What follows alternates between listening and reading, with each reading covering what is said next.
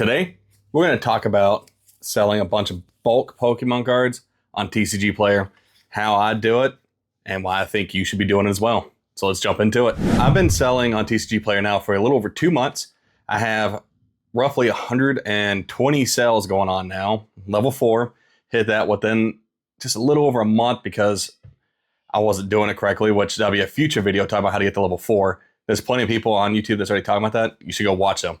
But I've recently, trying to get this picked up, but this is a 5-row full of what I would consider bulk cards. This is SVO1 or Scarlet and Violet base, and this is SVO2 Paldea Fates. Paldea Fates? Paldea Evolved. Crap, I forgot. It's SVO2.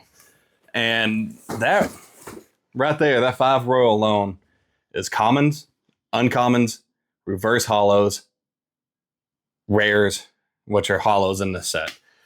And that's it. That's all that's in that box. This is from when we used to open a bunch of packs back on this channel a while back ago.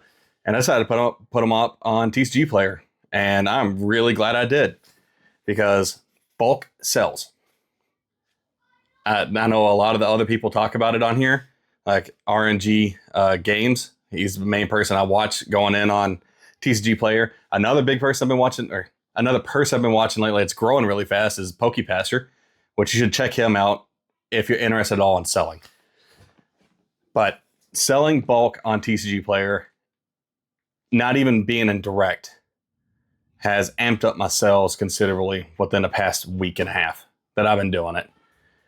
And granted, it's a lot of the same cards that it's selling, which are trainers and energies.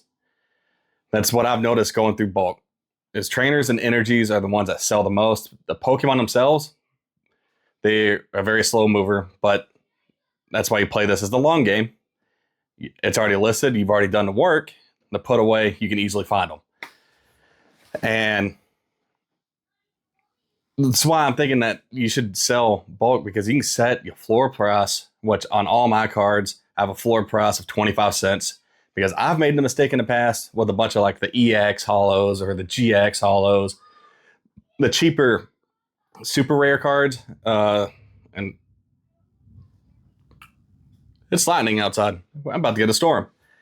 I made a mistake of that originally, where I was trying to get to level 4 quickly, and I was putting mine at near the lowest price possible on the first page just to try to rank up, and someone came out and bought 108 cards off of me because I was the lowest price. They bought me out, and I learned my lesson off of that. You don't got to be the cheapest price on TCGplayer to sell. Like I said, all my stuff has a 25 cent floor price, and if it's above 25 cents, then I have a 20% markup on the average between market and the median price of the cards. So what I mean by that is that when you go on TCGplayer, there's a way when you go to, it's only when you hit level 4. That's the one thing that's the catch about this. You get a lot more access to a lot of tools, but you can set your pricing. You can do the mass pricing tool, which is what I use. It's worth the fee, the extra 2.5% fee in my opinion, because it's constantly changing the prices with what the market's doing. And I'm able to, like I said, have my price at a floor of 0.25 cents or a quarter. I don't want to go any lower. I won't go any lower than that.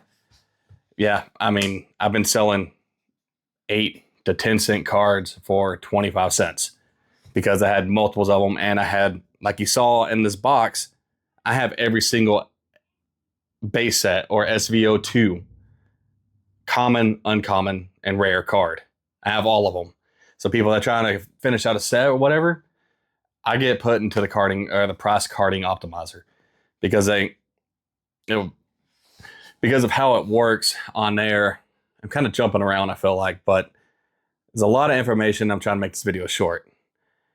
And it's the more stuff you have, the better chances you have to sell. And I know it's like, duh. Of course, the more you have, the more you can sell, right? Well, it's not just that. It's also the fact that when people go through and do a buy list on TCGplayer, if you have more of their cards that they're looking for, you'll get put into that price carding, that price cart. And that's what gets you your sells. Definitely, even if you're selling for above market, or I say above market, if you're doing 25 cents, it's hard to do commons and bulk cards cheaper. Some people do it at 20-cent floor. I just set mine at 25 because of the pricing that it costs for me to ship the stuff out. Because I do if you have an order of $5 or more, the shipping's free. So yeah. And let's talk about how I have my stuff organized, because it's a little bit different. I'm going to start off with this bad boy right here. This is just a tray. You can see, if you're going to get serious about this, you need a tray. Because I have done it for many years, because I've always sorted my cards. And I just do it stacks on the table. And how I used to do it, like Pokemon, how I used to do it was by the number of the set. Like, it'd be number 1, number 2, number 3, number 4, so on throughout the set. And that's how I'd organize it within my box when I put them up. TCGplayer, it's a little bit different.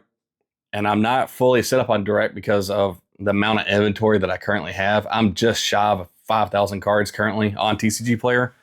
But let's see if I can grab this and pull it up. You can see I have a bunch of these. Oop, I pulled up a card with it. Slide that down. I have a bunch of markers in here with letters of the alphabet. My cards are alphabetized and separated by set. That's a big thing. When I first started out, I had just an ETB box because, you know, I had 1 to 200 cards, and I just alphabetized them all together in here. It didn't matter what set they were, and they were flying because I was trying to sell fast. So it's a good way to start out. Just alphabetize within something small where you can keep track of it.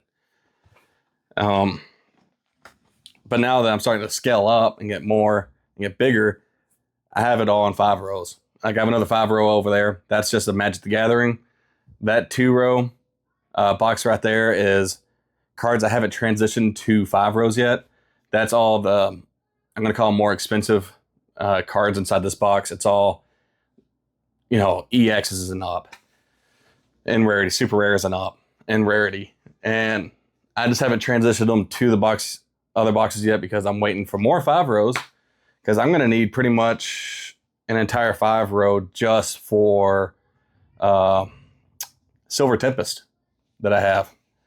So I have a lot of Silver Tempest cards in there. That's why I've been kind of putting it off and waiting. But you need to organize them alphabetically. One thing that people do for direct that I don't do, because I'm not on direct and I don't have the room just yet, is it's better off if you have your 5 rows. Pick this back up for demonstration again. If you have your 5 rows set up to where it's near mint, Scarlet Violet base set 1, SVO1, moderate or light play, moderate play, heavy played. You have them separated out by condition, and then you also have them separated out by reverse hollows. Right now, if you can see, I have a bunch of sleeves in there.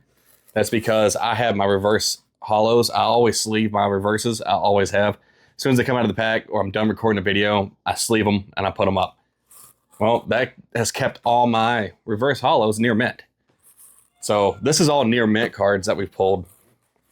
And like I said, I have my reverse hollows inside of here with the regular ones, which probably and truthfully not the best way to do it. You probably want to have your reverses set aside because of how the packing slips print. Because it's usually regulars and then it has reverses, and then it'll have any other type of specialty stuff at the bottom. So you might have to double check. You might be grabbing something from the new Rocket set and then be jumping back over to base set Scarlet and Violet to Hidden Fates, tracking down, doing alphabetical, and then it goes back to Team Rocket again for reverse hollows. Back to Scarlet and Violet base set for reverse hollows. So you might have to jump around a little bit, and it'll take you a little bit more time when packing, doing it the way I'm doing currently. once you have a large inventory. But I'm not running into the issue because, like I said, I'm at 5,000 cards. So I'm going to put down in the description the stuff I'm using for this. So we're going to start off, like for the dividers, I just bought a whole bunch of these plastic dividers off of Amazon. I think it comes in packs of 100. It's like $8 for 100 of these or something like that. People use index cards. You can do index cards like on your energy. You can tape it on, poke it up, however you want to do it. I've had these in the past. I liked them, so I went ahead and kept doing it this way. Like I said earlier, the card sorting trays, you need a sorting tray to do this. It saves you a lot more time. Just trust me, get a sorting tray. The boxes that I use are BCW. And then sleeves. A lot of people don't do it this way of how I'm doing it on my reverses being sleeved. Because most people, once they put it in the box, it's just non-sleeved, it's straight card. This is just, I already had most of my stuff already sleeved, so I kept going with that. And we're going to keep doing it in the future. I'm not sure. But one thing I will be moving towards, and I'm going to have to figure out how to do this, is that I'm going to find taller dividers that are in here for the alphabet, doing A through Z. And then I'm going to use these smaller ones to do in between each card.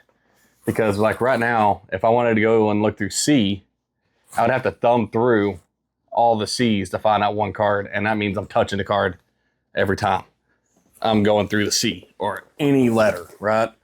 And I think that's probably not the best way to do it. Who is it? CNA, Cards and All. His channel, he talks about it. And they have their cards separated by dividers as well. And I believe that's a better way to go it, because then you can grab that divider and you can flip through that without ever actually touching the card. So you're not handling it multiple times. But yeah, that's pretty much it. If y'all have any type of questions on doing stuff on TCG Player, put it down in the comments below. I'm here to try to help as much as possible and just see how this grows into it, because handling cards, putting them up, organizing, setting them aside, like I really enjoy this process. I enjoy going through and alphabetizing. I enjoy packing orders. I think the part I don't enjoy the most is actually listing the cards. I think that's probably my least favorite thing I do. But in a future video will come out showing a faster way to list cards on there, so that way you're not spending a whole lot of time on it. But yeah, that's pretty much it. Leave a comment down below. If you have any questions, I'm here to help. I'll see you on the next one.